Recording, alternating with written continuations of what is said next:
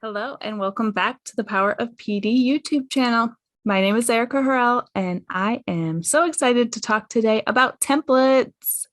So, I've been asked when I'm creating professional development, especially a program, what are some templates I need to have to just like take it to the next level or to save myself some time and really honestly just to go beyond like the basic slide deck template.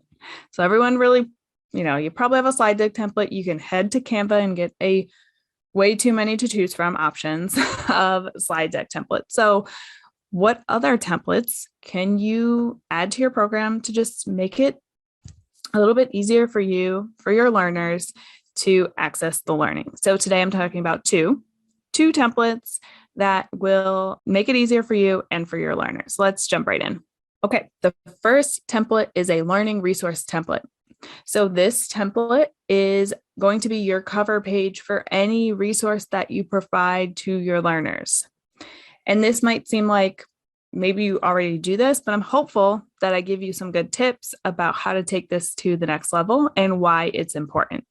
Okay, so a learning resource is a document that your learners are going to receive from you that could be an example or a template or a tool to take their learning to the next level. And sometimes this is just super helpful to see and versus having to start from scratch. So they're paying you, they're really excited to learn from you, they want your expertise. And sometimes the easiest way for them to start getting all of what's in your brain is to just get a tool that you've used or that you've created and start working it and using it. And that's how they're going to learn. So this is what a learning resource is. Now, your template is just going to be the cover page that you'll use on every single one of your resources.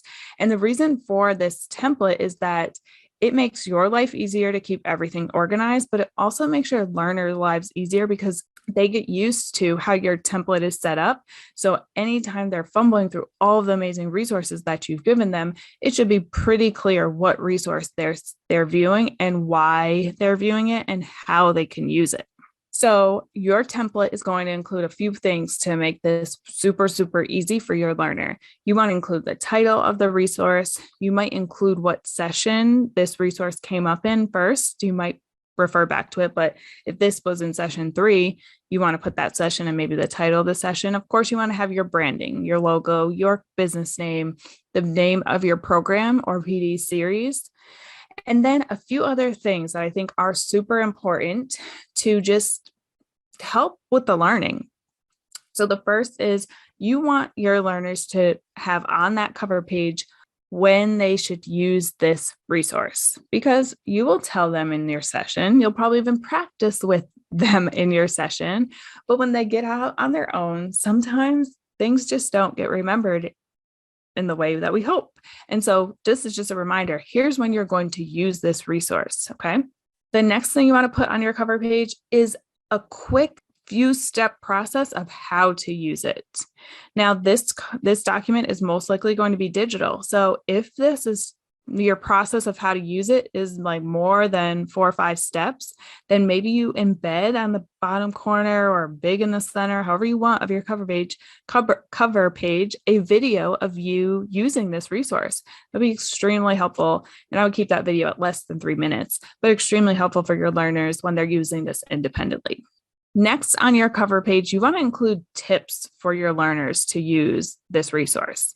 So this resource is not going to be introduced outside of a session. It's going to be introduced inside of learning sessions. So you already had given these tips, but these cover pages become a really, really helpful way for your learners to just truly internalize the information, because when they're going back to use it on their own, they still have your knowledge right there in a very easy, seamless way to be able to use this tool. And then the last but not least thing I would say to put onto your cover page is a common pitfalls. So like when people are using this tool or resources, what are some mistakes they make and how can you avoid them? This is going to be gold for your learners, because oftentimes when they're new to your content or they're trying to do something new, they will fall into some of the pitfalls, and you as the expert know and have seen those pitfalls. So put them there, put them out in the open so that you save them some time from falling into those pitfalls. Okay, that is your template number one, the cover page for your learning resource. Template number two that we're going to talk about today is your landing page template. So, what is a landing page? A landing page is your one-stop shop for all important information and links for your program.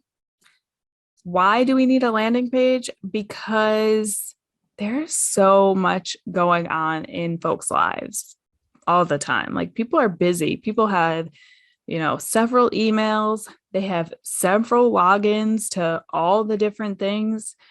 This is just professional. If you add in their personal, they have like many logins. And so you want to be able to make it as simple, as easy as possible for your learners to have everything that you're providing for them. And so this landing page is just that one place where they can go to say, okay, here's the email if I need to reach out to you as their consultant. Here are all of our meeting times. So I don't have to go looking at my calendar if I'm just not in a space to do that. Here are all my resources in one place.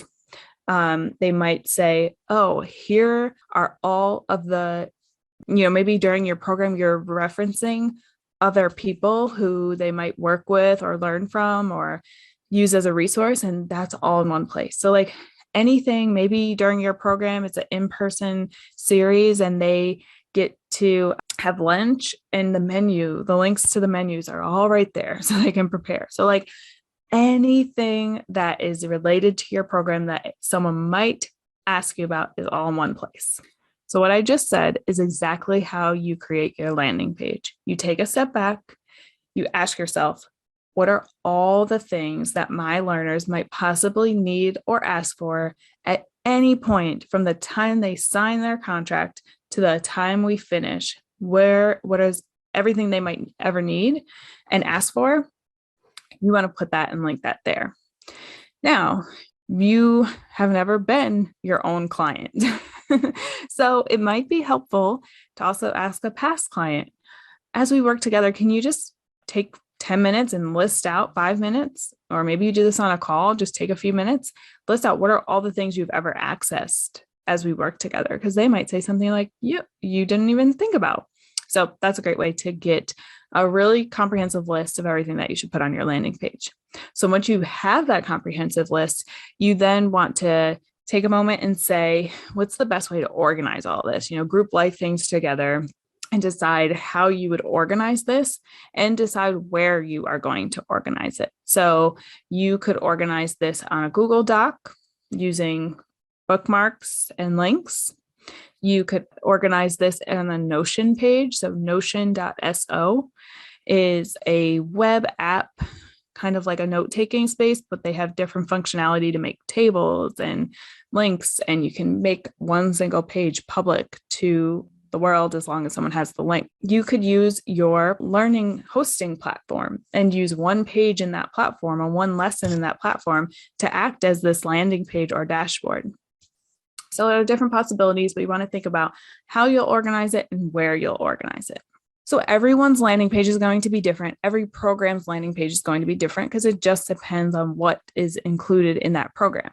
But there is one thing outside of course, your branding, your program name, your company name.